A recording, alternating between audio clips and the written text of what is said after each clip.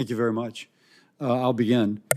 First question, the Protecting the Right to Organize Act, or the PRO Act, is a significant and controversial piece of legislation Democrats have championed for years. And it's not pro-worker, it's pro-big union. To my mind, being pro-worker means defending the right of all workers, including those who decide they don't want to join a union. Now, you co-sponsored the PRO Act as a member of Congress.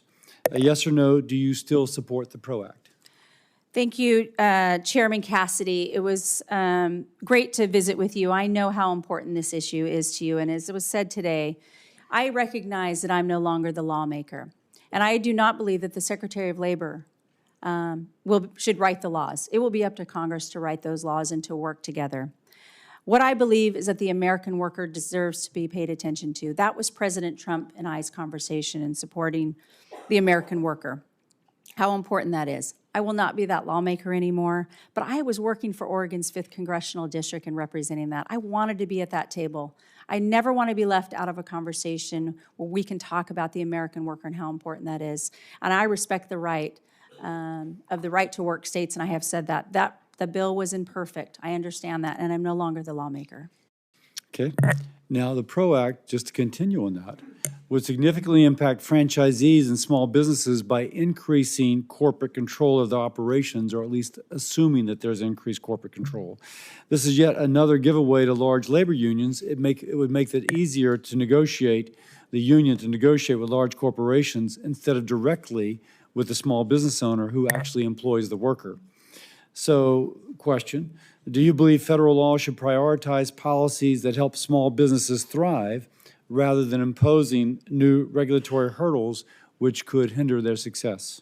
Senator, it's important for recognizing that the president's goal is to uplift all business owners and uplift all American workers. Understanding the franchise business model is important to the American workforce. I supported the overturning of the NLRB rule on joint employer to support the franchise business model and supported the president in this. And I align that this is important to grow this economy and recognize the flexibility in people choosing where they want to do business. So by that, am I to take that you would commit to reexamining DOL's joint employer guidance to provide small businesses with a clear roadmap on the issue? Yeah, thank you, Senator. Certainly, if confirmed, I'll be looking at all regulations and determining and looking at all of these rules and regulations, and specifically that one. And I think the small employer wants that clear roadmap. Yes, absolutely. Okay. Next question. Approximately 27 million workers work as independent contractors, including working moms, caregivers, self-employed business owners.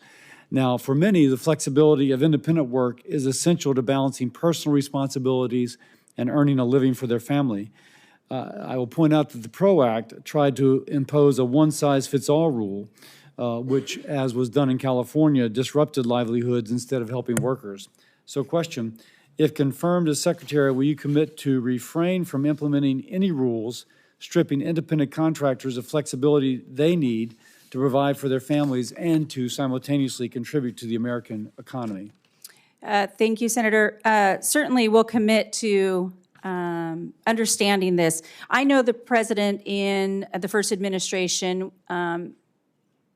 set out that rule, and the parameters is very important to him on the flexibility of who is an independent contractor and who is an employee, and that they're properly classified. But I commit to working with you on supporting independent contractors through this process, because that flexibility is what needed. I understand, as you're mentioning in the PRO Act, but again, as I mentioned, that bill wasn't perfect, and these are those conversations that needed to be had, and supporting that independent contractor is key to growing this economy. Now, supporting that independent contractor, and something I'm very interested in, is how do we provide the independent contractor with more affordable health and retirement benefits without losing that work flexibility? If you will, the employer, the person contracting with them, not an employer, would nonetheless be able to give them access to such benefits.